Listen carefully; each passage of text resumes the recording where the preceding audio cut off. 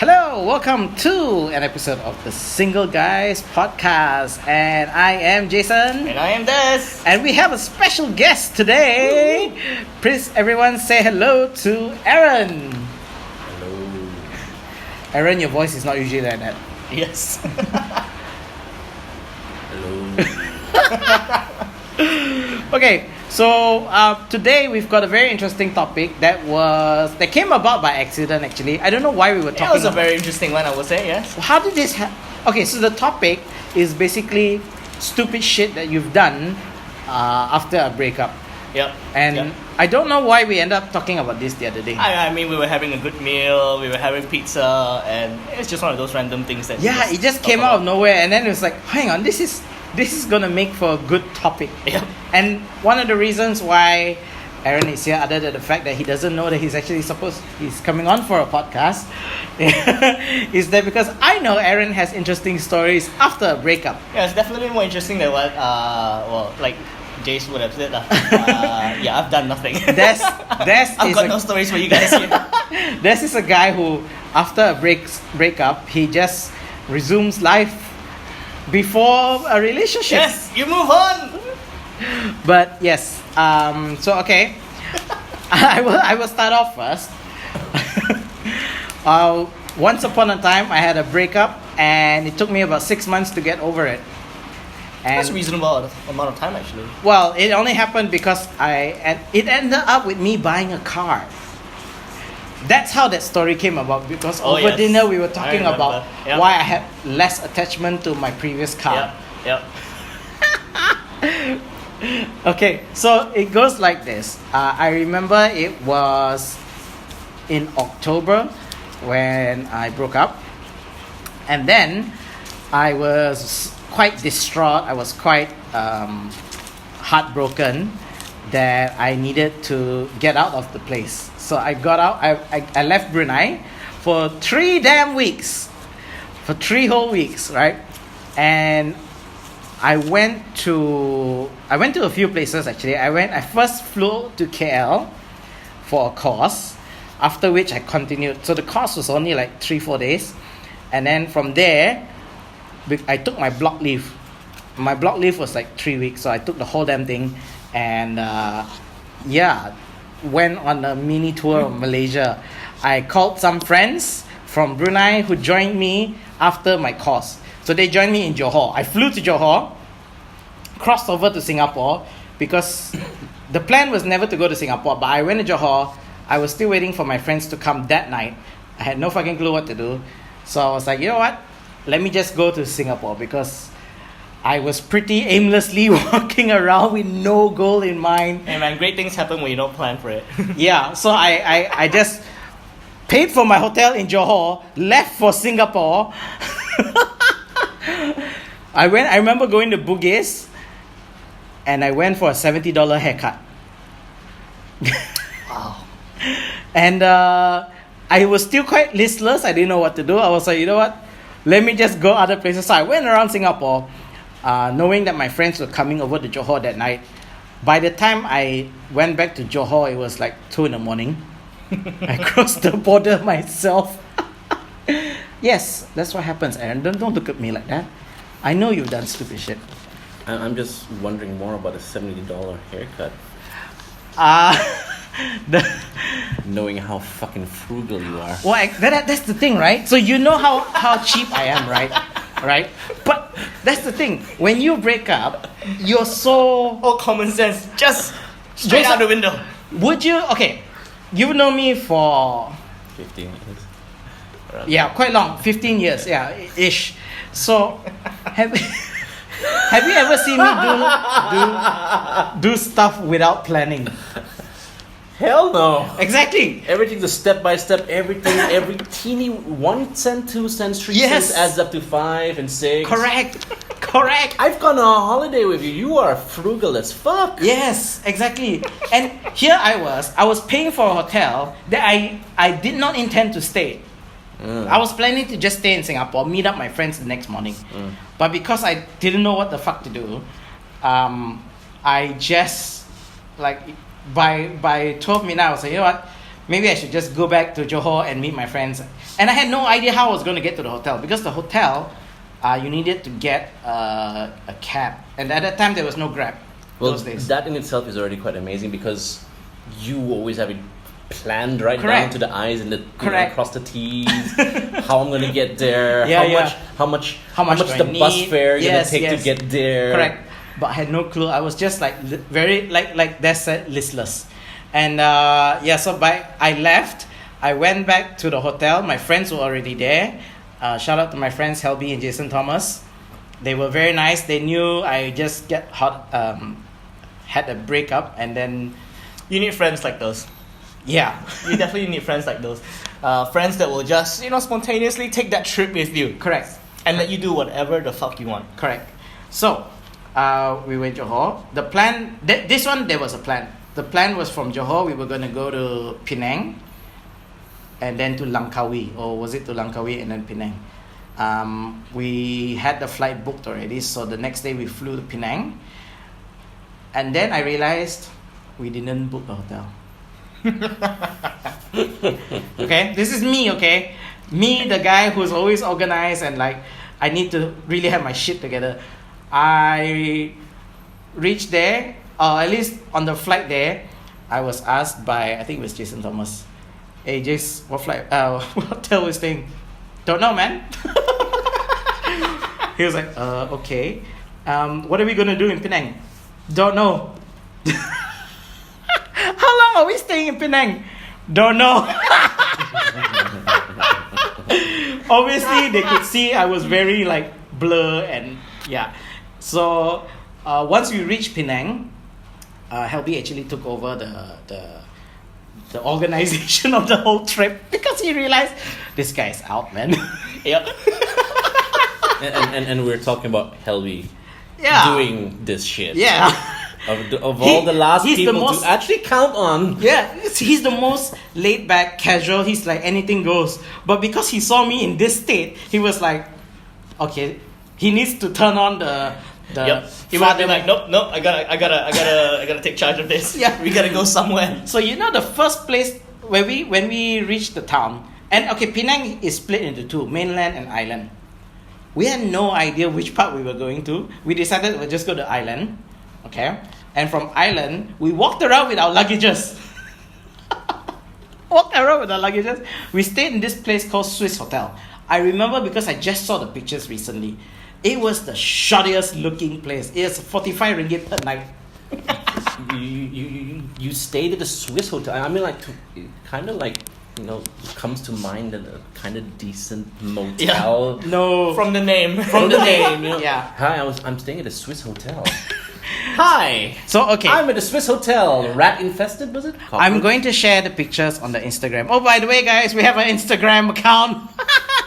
Please follow us. It's at the.singleguys. And if you want to email us, it's thesingleguys.podcast@gmail.com.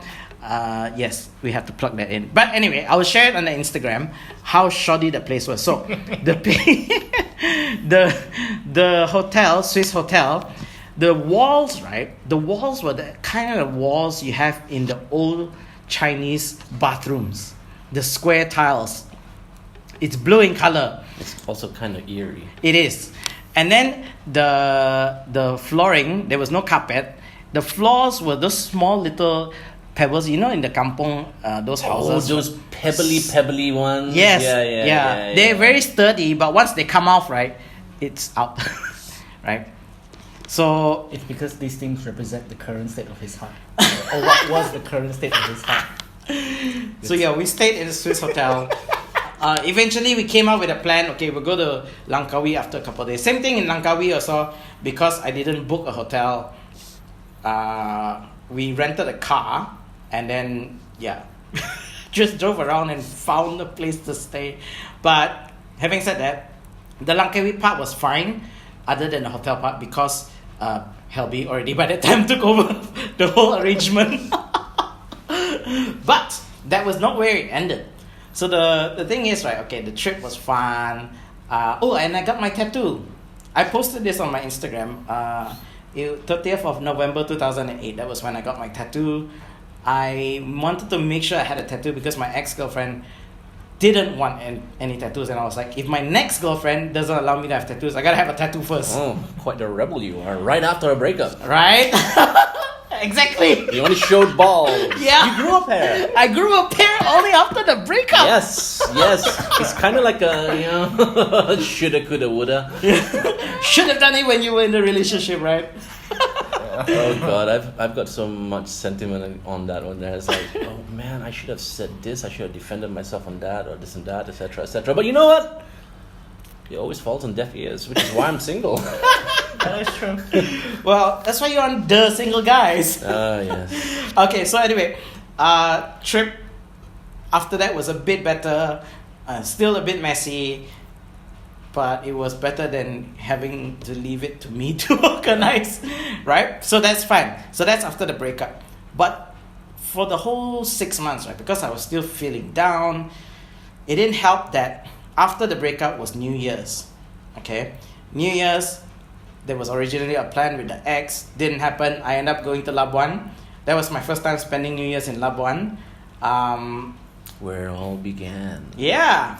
And it didn't turn out the way my friends told me it would, because I was still not in the mood for, one night stands. I wasn't in the mood for anything. So is that what Labuan is about? I'm so innocent. So that's New Year's. And then after New Year's was my birthday. And then after my birthday would have been Chinese New Year. Chinese New Year was okay. Birthday was spent with my family when I was supposed to have, And then after Chinese New Year, normally was my ex-girlfriend's birthday, which doesn't help that all my ex-girlfriends actually have their birthdays right after Chinese New Year. 2 out of 3. Anyway. You do have a type. Yeah, right? So I make sure their birthday is right after mine. So I see what they give to me first. Wait, this is not a horoscope kind of... No, but it just turns out that way. So there is some coincidentally. Yeah. So anyway. Too many times it's not a coincidence. Anyway, so Valentine's, and then the ex-girlfriend's birthday, or ex-girlfriend's birthday and Valentine's. And then they were around Valentine's. Anyway, that They are Pisces. no, they're Aquarius. Aquarius. I'm Yeah. not too sure which is the worst of the two. That's the story for another podcast. Oh. But okay, so that was fine. And then after Valentine's, I was still feeling very down. Not sure what was going through my mind. I looked at my car and I was like, this reminds me of my ex. Can you see where this is going? Oh Lord. Is that how that happened? Yeah, because right at that point, my car broke down. There were some issues with it. It was like 8 years old or something. And then I was like, this reminds me of my ex. I think I'm going to get a new car. Okay, and this is, again, no planning. Me, the guy who usually has shit plan and like to take my time making decisions. Nope, this did not happen. I went on one fine day after I picked up my car from the workshop. I drove to the car showroom, Honda showroom. I was like, well, this car looks nice. And I did not ask advice from anyone else. Literally, I did not ask anyone. I looked at the car. I was like, yeah, this is a good start.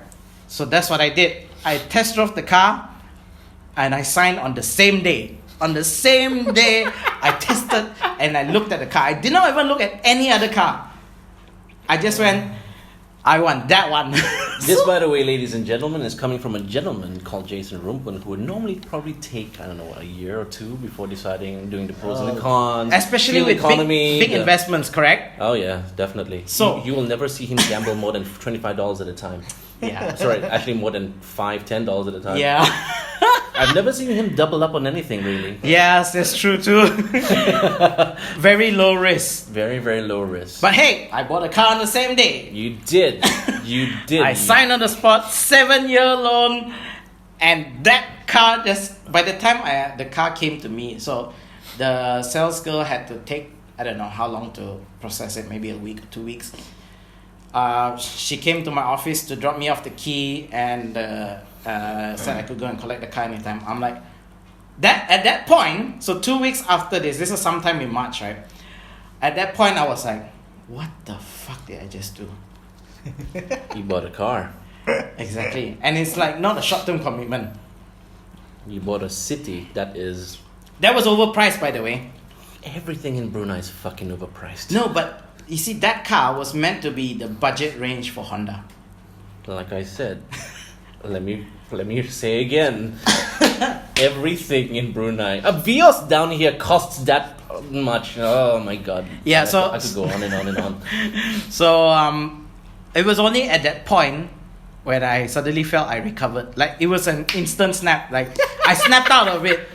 When I got the car, I was like, oh my god, what did I just do? There's nothing quite like buying a new car Oh, that yes. actually solve your problems, I guess. There was just that part that suddenly was like, you just made a long-term commitment.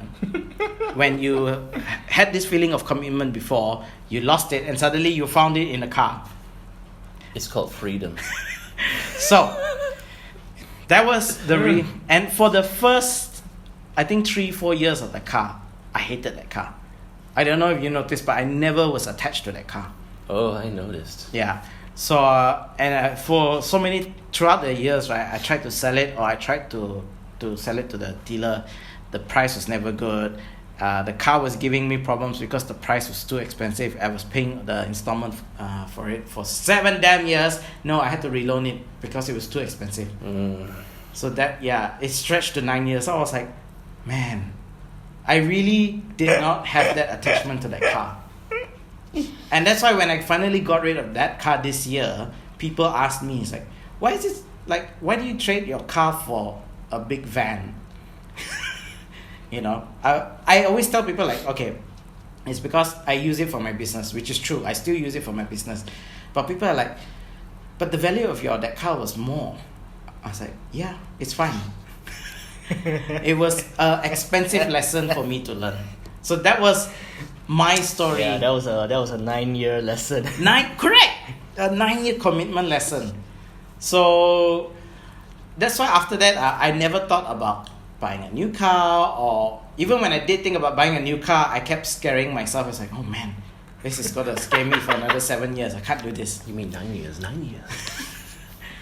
Yeah, so buying a car helps to recover from breakup. Not a holiday, not a 3-week break, but a car. A car that you take a full loan for and you're like, shit, I'm stuck. A full loan. Yep. A full loan. 7 years full loan. I don't even know how much that was going to cost. Oh, Jesus. Oh, gosh. Yeah. But it's okay, the car's not there anymore. I don't have that sort of attachment. So. Well, you just thank God you didn't buy a Honda Civic. I mean, the repayment Right? has got to be like what, double that. But the good thing was, I had a lot of friends at that time who were driving the Honda Civic. You know what? I don't.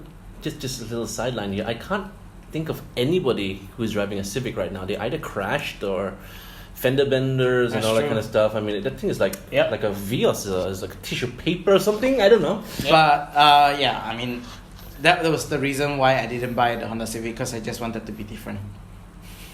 And different you were. You Yep. should have bought the Civic in the end, actually. No, man, I think that would have killed me. Maybe not even 9 years. Okay, so that whole story took about 20 minutes. I know I brought you in for your own story. Mine's pretty easy, actually. Okay, what happened? Uh, Let's not be specific. Don't say which girlfriend. Don't say what. But I know you have stories from post breakup, including one where you went on holiday with me. Oh, we're gonna go on that one there. I think it's a bit too recent. No, it's not. It's like 7-8 years already. Oh man. So okay, let me just bring people up to speed for that particular one. You had a breakup. I had a holiday planned already. Yeah. And you had no intentions to actually join us. Well, actually, you were talking about it for months already. You had Yeah, because everything I had it pre-planned. planned out. Yeah, you had it planned out, and I was there with you, limping it. Yuppie. Yep. Yuppie. And you at that time was still attached, I think. And then it was just going down the shitters anyway at that point. Pretty much, I think so. But you were still attached. That was the important part. And then, not too far away from my trip, you officially broke up. Okay, tell your story. Jeez, I can't really remember all the details. You were there. God. So I was in a relationship, and it was already kind of towards the end, winding up, winding down, whatever you want to call it. And then, I had such a sickness in my brain, my heart. It's always the heart. My soul. Yes. Unlike you, though, I grew up here. Okay. That's fine. People deal with it differently. But I grew up here to jump on a holiday with you and go away. So I remember booking that ticket for you because I think it was like a week away from the trip, and you were looking at the prices and saying, the ticket's not exactly that cheap. Then I was like, screw it, man. You're already so heartbroken. Yeah. Give me your card. We'll just buy the ticket and we'll go and then have fun. I think I bought it at like double and a half the price. Yeah, something like Somewhere that. around Something there. like double that. and a half to 3 times the price. No, it was. I remember mine was like $100 and you paid like $200 plus. Yeah, closer to 3. But anyway, I was feeling really down, and I decided, okay, you know what the hell, I'm just gonna go. Dude, here's my card. Just get the ticket right there, right now, and I'll go. This is Aaron, who is also very frugal, very tight with his money. Oh, yeah. Giving me his card to say, buy my ticket at whatever the price. The same guy, he's frugal too. He gave me his card and said, buy my ticket. Upon self-reflection, I was wondering why the hell I gave this guy my card. He now knows my PIN number at the back. The 3-digit number. I can't remember, man. But I remember it was you, me, and a boy. Oh, yeah. Aaron. And even he was surprised. He gave you his card. Yeah. So we got the tickets, and we left in about, a week? Less than a week. It was like 3-4 days. And you joined us. Yeah. And then you were looking forward to this 5-day break. Okay, it's not 3 weeks like mine, but it was 5 days. It was 5 days, and I spent half of that time like in the hotel. Let's not go there yet. Oh shit! We're dredging up memories right now. So we went to the Philippines. Right. We couldn't check in because the usual check-in time was like 2:00. Right. And we arrived at like 6 in the morning. That's right. Yeah. And we obviously didn't have a place to sleep. Nope. No place to shower, no place to rest. So, what do a few gamblers do when you reach the Philippines? We go to the casino. To the casino. Correct. So we went to the casino. I lost money, and Aaron did not lose money. Oh shit. In the casino. Well, I did both sides. But anyway, the point is, you were having a good time. You were quite happy in the casino. I don't know whether it was you just shutting out the world, shutting out your heartbreak. You see, he's happy because he's recuperating the amount of money that he had spent to get there. Well, maybe. Oh yeah. But the kicker of the story is actually when he left the casino. So I left first. I got a call from the hotel that said that my room was ready.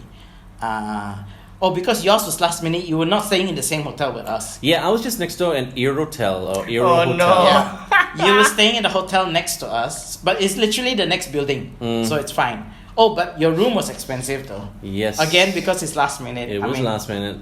Yep. So, never mind. I got a call saying that my room was ready, so I left the casino, and then I went to the hotel. I got my stuff checked in, and I think I even got a shower and a nap And then when I woke up, Mm-hmm. there was a commotion downstairs. I got a call from one of the guys on the trip. I don't remember who, or maybe a message. The message, hey, come down. Got a robbery. Got a robbery. I was like, what the hell's going on? So I came down. And there was Aaron in our lobby, not his own lobby, looking very disheveled and looking quite shocked. You would be too if you got robbed. So that's exactly what happened. Our dear friend with a broken heart now has a broken wallet. Oh no. Well, Broken bag. a broken bag. The zip still does not work till now, by the way. You still kept the bag? Yeah. For Because Why? I spent 100 plus to close to $200 on that stupid yeah. bag. Oh yeah, that's right. I bought that man bag thing for that trip. Yeah, that's right. I remember thinking, why did you pay so much for it? Because I could get it for like $25. That was the other thing. He was spending money that he doesn't usually spend. See? Heartbroken people. Yeah. I probably would have bought like a $5-10 bag. Yeah, exactly. I bought that. But he went crazy. It was $100 over. Like, why? Yeah, But anyway. yeah. So that bag. It was a kicker, by the way. I'm not sure if anyone knows what. I mean, like, it's not exactly top notch, but But it was good quality. I'm sure it was. It's Yeah. fantastic quality. It's serving me well till now. Even though it has a broken zipper. But that's fine. So, when I came down to the lobby, I saw him looking pretty disheveled. I was like, what happened? And he was not stuttering, but murmuring, like, because Aaron didn't get his thoughts in order. Like, I guess you can't really get your thoughts in order when you get robbed Yeah. after a breakup. So I got my heart broken, decided to go overseas, have a good time, and on my, I don't know, I Not even the first day, the first 4 hours. the first 4 hours into the trip, landing into the hotel, and I got robbed. and this is the fucked up part. I mean, like I actually I got robbed by this duo on a fucking motorcycle. Yeah. And I'm not sure. Do you remember? I was really heavy back then. I was like probably 160, 170 kilos. So these two guys proceeded to like wrest it out of my shoulder or whatever it is. But because I was so heavy, the other guy literally just fell off the bike, holding onto my bag, and it was like lashed onto my bag, and he like just made a grab for the insides, ripped the whole thing, and made off with my cash. Yeah, but you still had your wallet, which is quite funny. My wallet is and my little block of like. Oh yeah, you had your money separately in like a mini black bag. Ta-da! It was a plastic bag or some shit. It was a Kuala Lumpur bag. Yeah, you had it separate, which wasn't exactly smart. I remember asking you before the trip, hey, give us some of your money so we can hold it. And this is Aaron being the frugal, back to his frugal side. He was like, no, it's okay, I can keep it myself. I think he was afraid we would spend it. But me and Aaron, the other Aaron, our boy, we were like, hey, we don't, because we know what Philippines is like, and we're not safe with him holding all his money, knowing how careless he is. So we actually, when we changed money before we went to the casino, I was like, hey, do you want to pass some money to me? I will hold it lah. I will keep it. I'll put it in the safe box or whatever. Because we know how careless he is. I was like, I think it's safer. But he was like, no, it's okay. I can take care of myself. I've got my new man bag. I got balls. I got pair. Everything's safe in my little man bag pouch. So yeah, he got robbed by these two guys on a motorcycle, and then, never mind. Once he managed to check in, he never got out the room. Well, he did come out the room to eat once with us. Well, I think on the first day. And then you bought a bunch of like instant noodles, and you slept the whole 3-4 days. Only the last day you came out with us. This is my usual modus operandi. Okay, look, I mean, you're used to me by this now, right now. Every time I go on a holiday, the first few days is my sleeping time. My sleeping time. I just need to rest, take a break. You know how crazy it is to be like on the phone all the time, especially down here where everybody doesn't even know how to like talk on the phone, like talkie, you know, conversation, like, hello sir, hi, I'm just gonna spend 10 seconds with you just to confirm this and that. But no, those fuckers just WhatsApp me over and over the next 2 hours before anything's confirmed. So and that's just one client. So I usually take a break. I turned off. Yeah, he I turned shut off his down. phone, and then because he was in a separate hotel, we couldn't go to his room. And we're like, "Is Aaron still alive?" Yeah. Because he never replied us. We called his room from the lobby, also no answer. Zoink. We got the bellboy to go to his room and actually open it. He had his latch on. Well, I'm in a hotel. Wouldn't you put a latch on? Yeah, it's fine. But we asked the bellboy, is he still alive? We didn't know. Oh yeah. Because for 3 days he never. We would ask the same question. We were even thinking, should we call the police or not? Yeah, actually, yeah. Because my phone was on airplane mode or turned off. For the whole trip. Yeah, I did not want to like entertain any other stupid calls. Yeah. Because you were still having to deal with customers from Brunei at that time. Yeah, and a crazy woman. And the crazy woman. Oh yeah, because she didn't know that you left. Yeah. And she was trying to get in touch with us. I secretly group halls. Secretly. But I remember the one reason why we didn't call the police was because on one of the days, not the first day, because the first day we actually got the guy. He said the latch is there, but he's there, but he wasn't moving. No, like, okay. But the second day we did the same thing, and the bellboy said he's snoring. Okay, he's still alive. He's still alive. Yes, we got live. So yeah, after that we're like, okay, we asked the guy.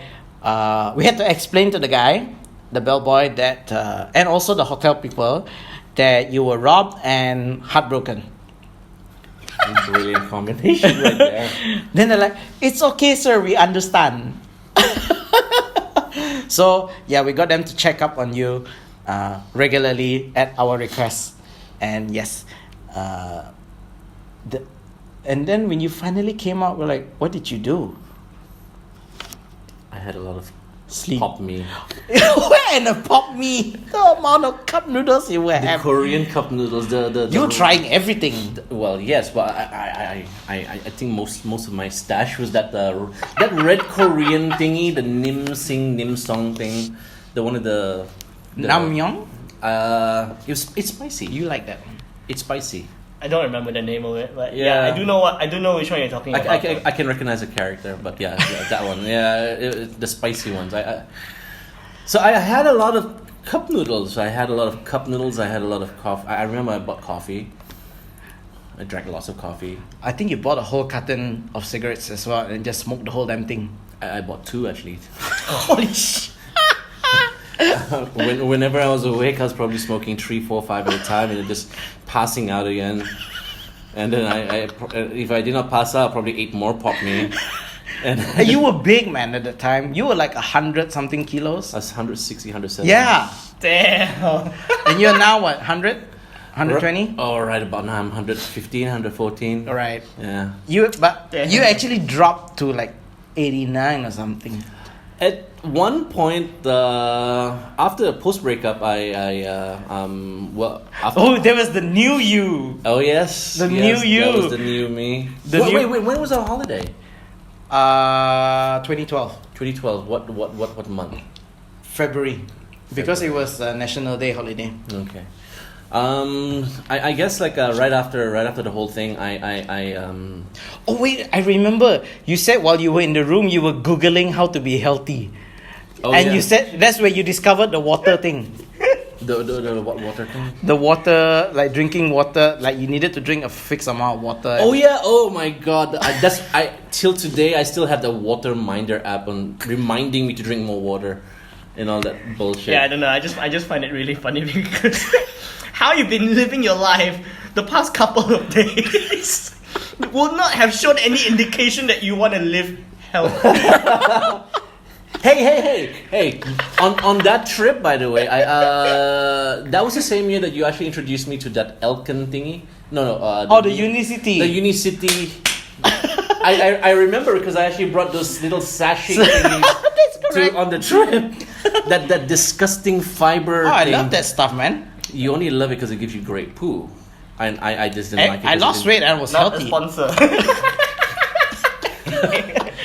we're not sponsored. Yeah, we're not sponsored. I mean, like, it was disgusting. The fiber thing was disgusting. I mean, I just had. Man, that thing gave you good shit.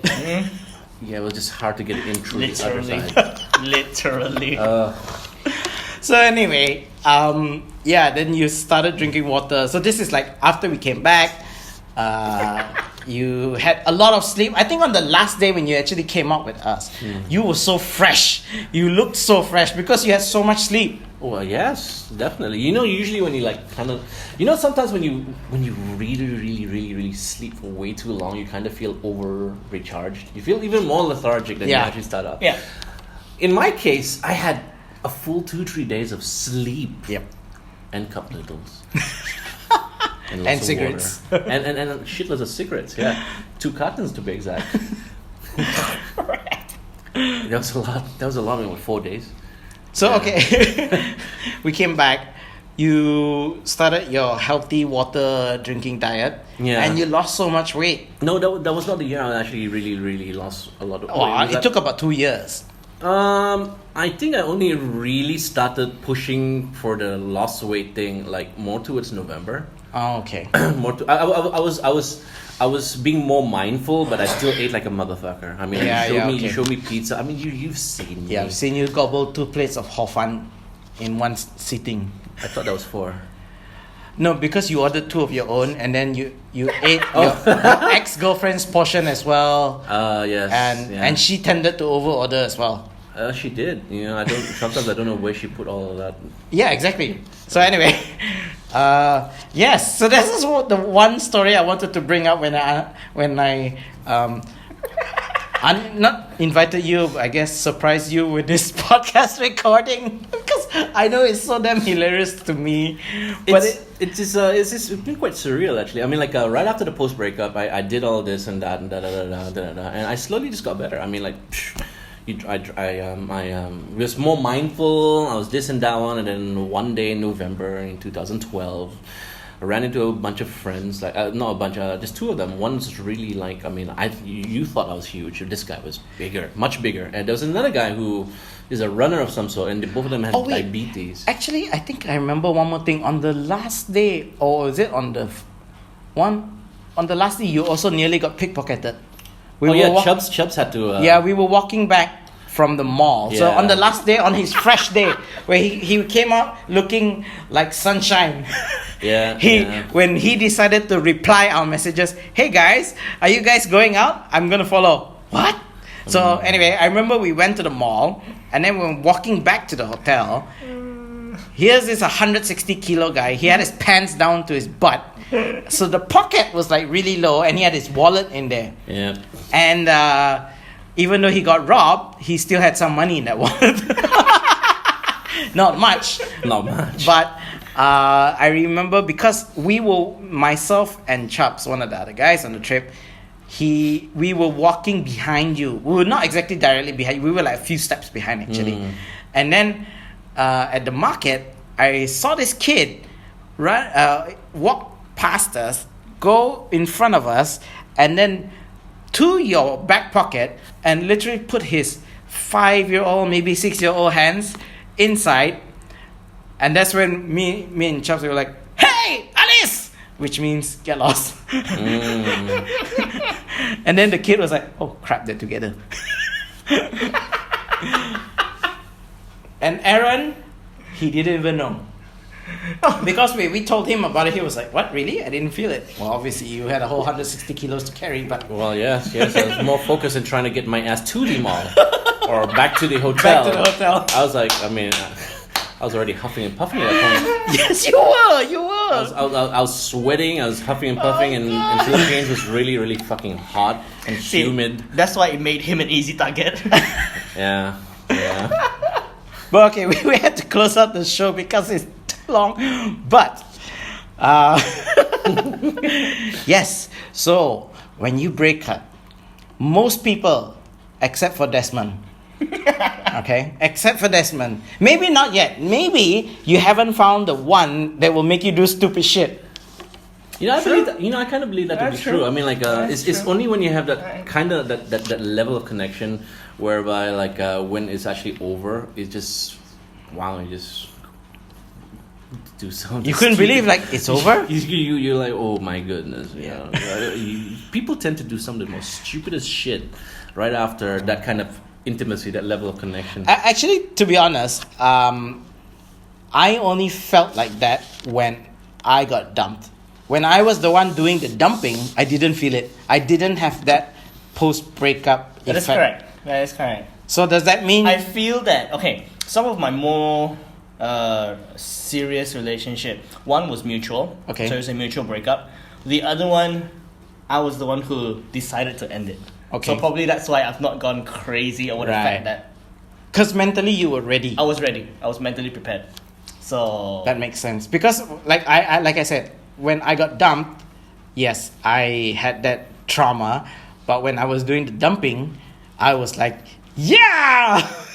I guess this kind of factors into the whole like our male ego kind of thing. I don't know. Is it just me? I mean, like it could be just male ego over Maybe. like we just couldn't believe we could fucking dump it. I got dumped. What? That's your lucky. You never got dumped. Oh, wait, you have? No, I have. So there were past relationships. But you where- didn't do anything dumb. No, I think Oh, I know. there's only once. There's only ever once that. Same, Are but you guys once- familiar with the term simp? Oh, yes! I think there's only. I would probably say only once in my life that I would consider myself a simp. Right. Because I was so invested into the relationship, but at the same time, I'm a funny person, man. Like, there's always a constant war between my mind and my heart, and yeah, it's only once, man. Okay. But yeah, nothing But still, you crazy. didn't do anything stupid like buy a car. No, I got robbed. no, yeah. But one thing that did happen, we both went on holiday after we got dumped, and drama happened during that holiday. So maybe we should tell people, if you get dumped, don't go on holiday. Don't go on holiday. Don't buy a car. Yeah. Watch your back pocket. Well, actually, when I actually come to think about it, I don't think I actually got dumped. It was along the way there. I actually am the one who walked away from it, but I still hurt. Yeah, but I she drove you away. Yeah. Like I saw it. Like You know what? The way I see it, or the way most people probably saw it, is that she was assuming that I was just gonna take all sorts of punishment and just come right back. yeah, she was pretty mean. And truth be told, I've been doing that for years. You guys had a very abusive relationship too. Yeah. So You I'm, were on the receiving end. Yeah. So she was probably thinking that I was gonna put up with it forever. And like I said, in the end, I kind of grew a pair. Well, barely a pair. I got Just robbed. enough for a pair. Just enough to break off. I got robbed. I spent the next 3-4 days sleeping, and I came back to Brunei with a different. Yeah, you had a different outlook. A very different key that I had not felt in such a long time. Yeah, So it was great. very much needed. It was Very needed, much. and you know what? Go for a holiday. All right, guys, go for a holiday. holiday. Because shit will happen that you have a chance to talk about in the next few years. Maybe on a podcast, maybe like us. Yeah, and they help you move on. Maybe. Okay, guys, that's been a wrap. Thanks, Aaron, for showing up when you didn't know you were gonna show up. This has been Jason. And this is that. We are the Single Guys Podcast, and we are out. See you next time.